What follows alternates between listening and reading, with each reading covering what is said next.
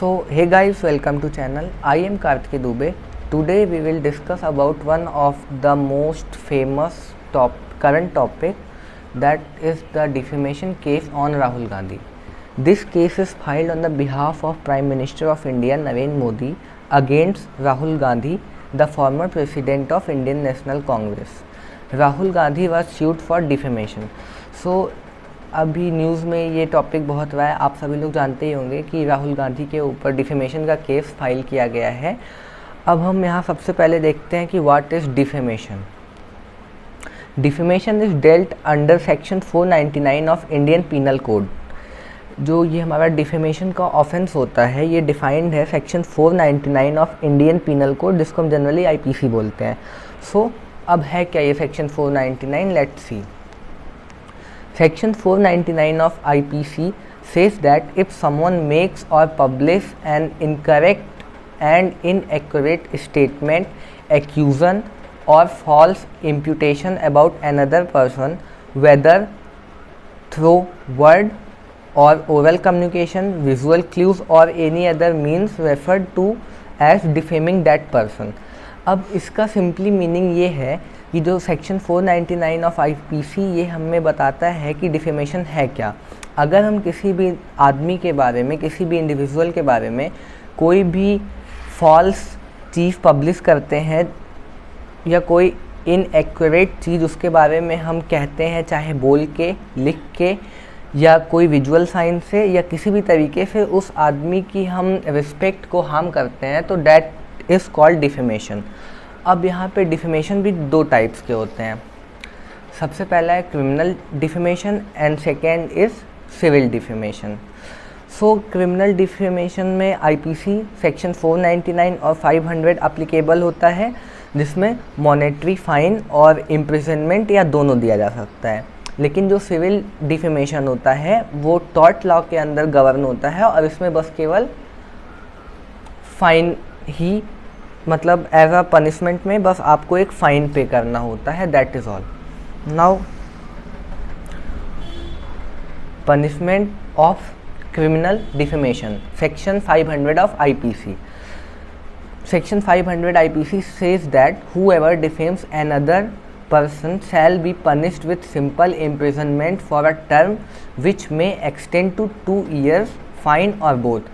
Section 500 IPC का ये कहता है कि अगर कोई भी आदमी किसी दूसरे आदमी को डिफेम करता है तो उसका जो टर्म ऑफ पनिशमेंट होगा वो सिंपल इम्प्रिजनमेंट होगा, मैक्सिमम टिल 2 इयर्स या फाइन या दोनों। मीन्स कि अगर कोई आदमी किसी को डिफेम करता है तो उसको मैक्सिमम 2 ईयर का इम्प्रिजनमेंट दिया जा सकता है, या उसको एक कुछ अमाउंट पे करना होगा, या दोनों एक साथ उसको मतलब इम्प्रिजनमेंट भी मिल सकता है, उसको फ़ाइन भी पे करना होगा, दोनों एक साथ हो सकता है। अब हम आते हैं कि ये जो अभी करंट केस है इसके बैकग्राउंड में। It was 2019 Lok Sabha election, Rahul Gandhi was delivering an election speech in Karnataka. ये सब तब हुआ जब 2019 के लोकसभा इलेक्शन का पीरियड था। उस समय राहुल गांधी एक रैली कर रहे थे कर्नाटक में, जहां अपनी इलेक्शन की वो स्पीच डिलीवर कर रहे थे। अब यहाँ पे मैंने जो उनका एक्चुअल स्टेटमेंट था वो मैंने कोट किया है। उनका स्टेटमेंट था, मेहुल चौकसी, ललित मोदी, नीरव मोदी, नरेंद्र मोदी, इन सभी चोरों के नाम मोदी कैसे हैं, और अभी थोड़ा ढूंढेंगे तो और भी मोदी निकलेंगे। सो ये उनका एक्चुअल स्टेटमेंट था। Now the complain was filed by the BJP MLA Purnesh Modi in one of the subordinate court of Gujarat. अब क्या होता है, यहाँ पे एक डिफेमेशन का कंप्लेन फाइल किया जाता है पूर्णेश मोदी, जो कि बीजेपी के एमएलए हैं गुजरात के एक सबऑर्डिनेट कोर्ट में। ये एक अपना कंप्लेन फाइल करते हैं डिफेमेशन से रिलेटेड। अब हम फैक्ट्स पे आते हैं इस केस के। फिर अब उनका जब पूर्णेश मोदी कंप्लेन फाइल करते हैं तो उसका जो ट्रायल होता है उसमें court of judicial magistrate H.H. Verma held him guilty under the section 499 and 500 of IPC। सो जो वहाँ पे जुडिशियल मजिस्ट्रेट H.H. वर्मा हैं गुजरात के सबऑर्डिनेट कोर्ट में, वो राहुल गांधी को गिल्टी हेल्ड कर देते हैं under the section 499 and 500 of IPC.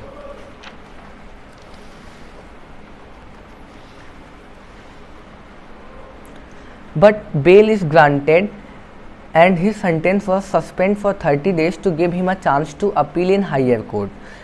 बाबू मंगूकिया, ये उनके लॉयर हैं, उन्होंने ये स्टेटमेंट दिया था कि उनको बेल मिल गई है राहुल गांधी को और उनको 30 दिन का पीरियड दिया गया है किसी मतलब हायर कोर्ट में अपील करने के लिए। अब यहाँ पे plaintiff claim that Rahul Gandhi speech defamed whole Modi community. अब यहाँ पे जो प्लेंटिफ का क्लेम था ये बहुत स्ट्रॉन्ग था कि राहुल गांधी की स्पीच ने पूरी मोदी कम्युनिटी को डिफेम किया, ना कि किसी एक इंडिविजुअल को। Rahul Gandhi appeared in a court in October 2021 to record his statement. फिर अक्टूबर 2021 में राहुल गांधी कोर्ट में अपीयर हुए और अपना स्टेटमेंट उन्होंने दिया। इन मार्च 2022 plaintiff asked to impose a stay order on the case because they needed some time to collect proper evidence। अब यहाँ पे क्या होता है, मार्च 2022 में प्लेंटिफ यानी कि पूर्णेश मोदी के लॉयर ने खुद ही यहाँ पे इस केस पे स्टे ले लिया क्योंकि उन्हें और टाइम चाहिए था कुछ एविडेंसेस कलेक्ट करने के लिए, जो उस स्पीच की वीडियोग्राफी और ऑडियो और मतलब सब strong and proper evidence collect करने के लिए उन्होंने मतलब इस केस पे स्टे ले लिया। अब यहाँ पे जो एक अच्छा क्लेम था डिफेंडेंट के लॉयर की साइड से, that Purnesh Modi was not entitled to file the case because his name was not taken in the speech and claim that this case is not maintainable in a court of law. यहाँ पे जो defendant के lawyer थे उनका काफ़ी अच्छा claim था कि मतलब उस स्पीच में कहीं भी पूर्णेश मोदी का नाम नहीं लिया गया, तो he is not entitled to file the case, मतलब उनको ये अथॉरिटी नहीं है कि वो केस फाइल कर सकें। और उन्होंने ये कहा कि ये केस मेंटेनेबल ही नहीं है कोर्ट ऑफ लॉ में, but court quashed their appeal and continued hearing. लेकिन कोर्ट ने उनकी डिफेंडेंट की यह अपील को क्वैश कर दिया और हियरिंग को आगे बढ़ाया गया। फाइनली जो इस केस का डिसीजन आता है, इसमें Rahul Gandhi is sentenced with 2 years of simple imprisonment. इसमें जो कोर्ट का डिसीजन आता है, फाइनली राहुल गांधी को 2 साल की सिंपल इम्प्रिजनमेंट का मतलब पनिशमेंट दिया जाता है, लेकिन अभी उनके पास चांस है कि he can appeal to higher courts of India, और जो कि वो डेफिनेटली अपील करेंगे। So thank you guys, this is all about the defamation case on Rahul Gandhi. I hope you liked the video. If you liked it, then please share it to your friends also.